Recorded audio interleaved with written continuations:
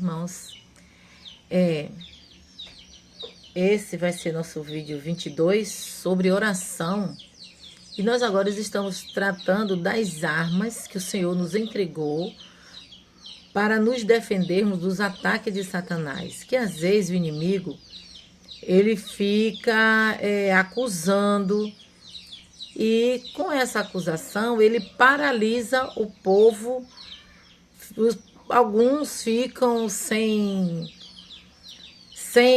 ter disposição. Quando algum cristão erra, não só cristão, irmão, qualquer um que pecar, se arrepender, Cristo perdoa. Mas às vezes o escorregão, a pessoa não vigiou, caiu, e aí Satanás fica sempre acusando. Nós temos várias armas de defesa que nós já falamos, Colossenses 2:4, nós já lemos Lucas 10, né? Que o Senhor, ele disse que nos dá vitória, que nos dá autoridade. E hoje eu quero estar falando sobre o versículo que diz que ele vai nos dar o que você vai viver se você praticar esse versículo. Você vai viver a nova vida debaixo da graça, segundo o Espírito Santo, segundo o Espírito de santidade e de adoção. Romanos capítulo 8, versículo 1 diz assim, portanto agora, não é amanhã, não é depois, é agora, nenhuma condenação há para os que estão em Cristo Jesus. Então, primeiro passo, para que as acusações do inimigo não tenham poder em nossas vidas, a gente precisa andar dessa maneira. Veja bem a parte B, que não andam segundo o Espírito, a segunda carne, mas, quer dizer, porém, segundo o Espírito. Portanto, quer dizer, se eu ando segundo o Espírito, portanto, a lei do Espírito de vida em Cristo, não é em Pedro, não é em Maria, não é em João. A lei do Espírito de vida em Cristo me livra da lei do pecado e da morte. Amado, toda acusação de Satanás contra a minha e a tua vida já foi cravada na cruz. Agora, exemplos. Pecado não confessado, pactos com ancestrais, maldições geracionais, traumas não curados.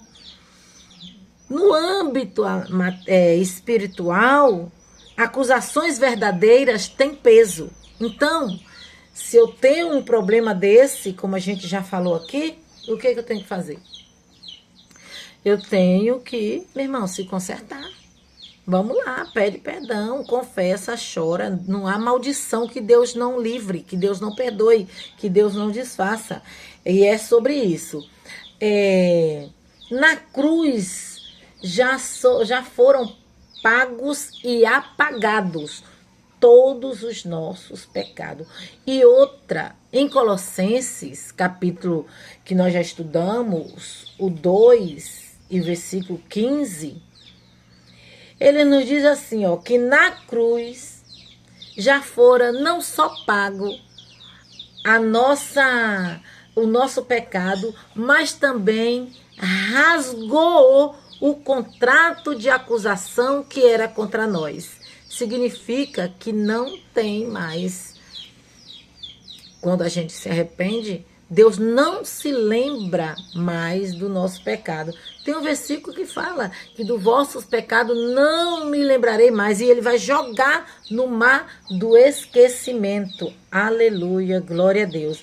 Também, quando está falando na Bíblia, que a gente já estudou lá no vídeo 20, que ele diz assim, despojar, ele diz que já foi despojado no versículo 15 também, que diz despojando, no versículo 15 de 2 Coríntios, que ele, de 2 Colossenses, ele diz assim, despojar significa desarmar completamente. E quando também diz humilhou Quando fala e o expôs publicamente, está dizendo que humilhou toda a hierarquia do inferno, tirando todo o poder legal contra a humanidade. Ei, não é contra mim, contra você, é contra a humanidade. Essa questão que fala em Tessalonicense, Colossense, irmãos, em Colossense, que a gente lê aqui na parte B, que ele diz assim, ó, despojando o principado e potestade, o expôs publicamente e deles triunfou em silêncio. Por que que Cristo triunfou em silêncio? Porque diz a Bíblia que ele foi como ovelha muda para o matadouro e não abriu a sua boca. Aleluia, glória a Deus. E é isso. Eles expôs e venceu em silêncio. Ei, tem guerra que você tem que vencer de boca calada. Portanto, agora, nenhuma condenação há para os que estão em Cristo Jesus, que não anda mais segundo a carne, mas anda segundo o Espírito, porque a lei do Espírito de vida em Cristo me livrou da lei do pecado e da morte. E outra coisa, o Senhor, ele sempre vai estar nos lembrando que a inclinação da carne é carne. A inclinação da carne, irmãos, a inclinação da carne é inimizade contra Deus. Porque ela não está sujeita à lei de Deus. Isso está escrito em Romanos 8 também. Porque é em versículo 7. Porque ele diz, porque a inclinação da carne, ela é inimizade contra Deus. E as pessoas que vivem segundo a carne, está vivendo... A pessoa que vive, né, segundo a carne, está vivendo uma vida totalmente contrária, porque a Bíblia nos diz assim, ó, a carne é fraca, mas o espírito está pronto.